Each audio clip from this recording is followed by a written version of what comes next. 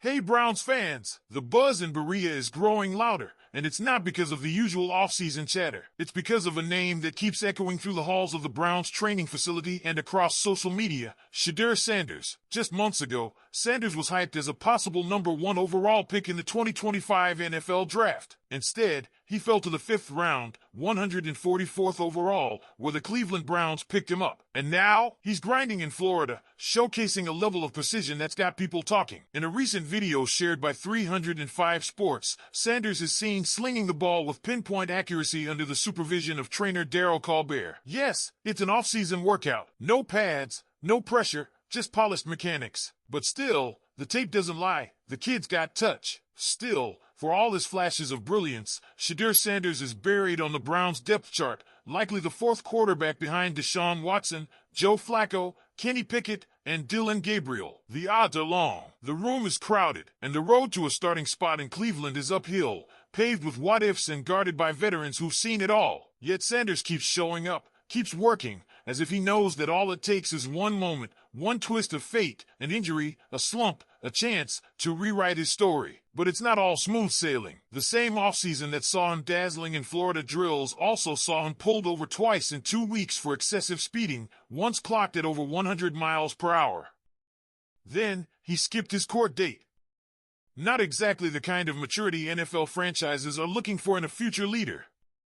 Character concerns can derail a promising career before it even begins, and Shedeur's on-field talent will need to be nearly flawless to make up for his off-field slips. And now, a new twist. The Toronto Argonauts of the CFL have claimed Sanders' exclusive negotiating rights. That's right, Canada's already laying the groundwork for a potential swoop should the NFL door close on him.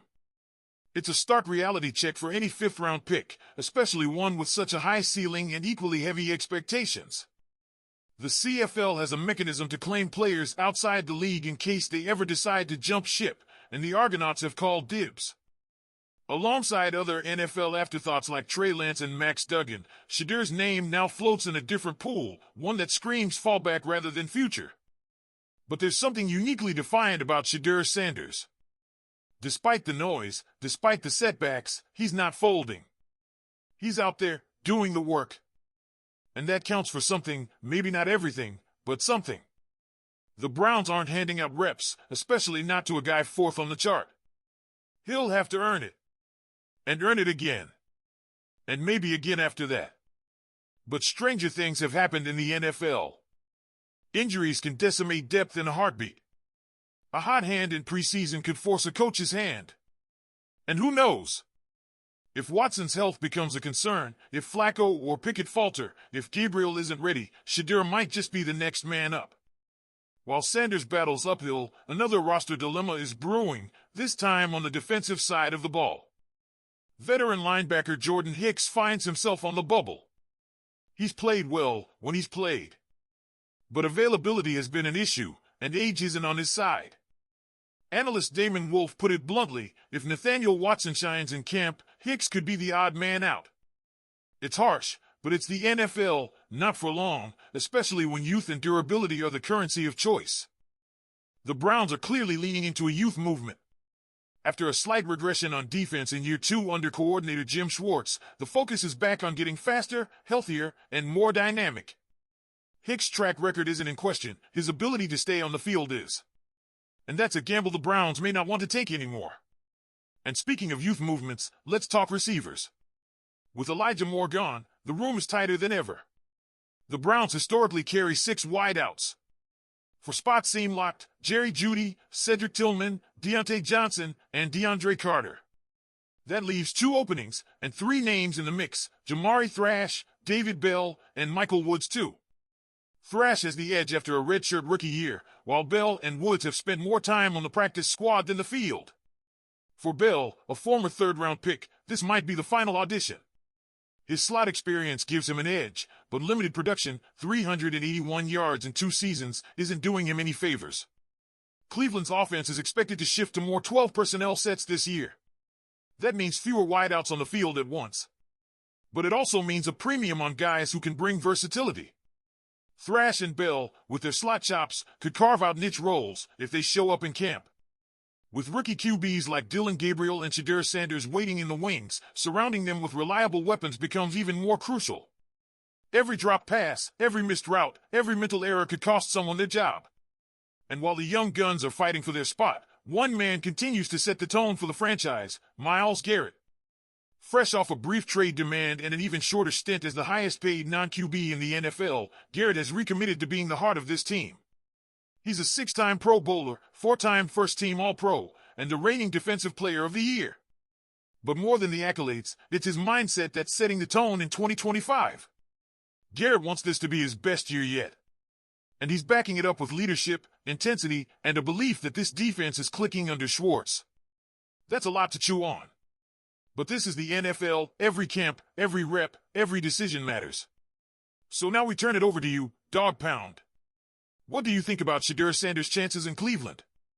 Is his raw talent enough to rise through the ranks, or do the off-field issues cast too long a shadow? Could Jordan Hicks survive the youth push? And who wins the final receiver spots? Let us know in the comments. And as we dig even deeper into this evolving Browns narrative, one name continues to hover in the shadows, David Bell. For a player once pegged as a high-floor, low-ceiling option, the clock is ticking faster than ever. Drafted in the third round after the Anthony Schwartz experiment failed, Bell was supposed to bring reliability to a receiver room that desperately needed it. But 381 yards over 2 full seasons? That's not enough. Not in this league. Not on this team.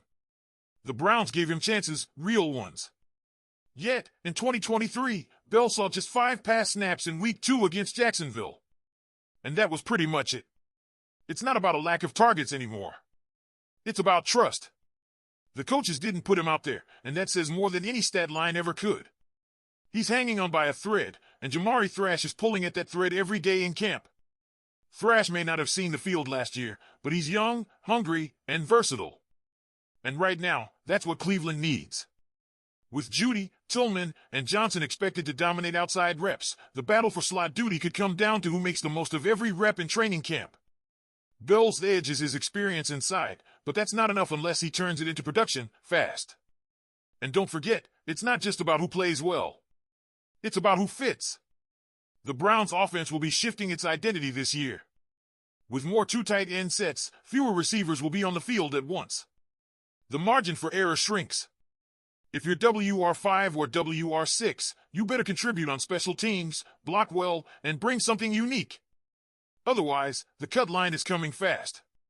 Now, back to the quarterback situation, because no matter how solid the roster looks elsewhere, everything eventually comes back to that position. Shedeur Sanders isn't just battling for other quarterbacks, he's battling perception. Falling to the 5th round after being mocked as a top 5 pick can rattle any prospect.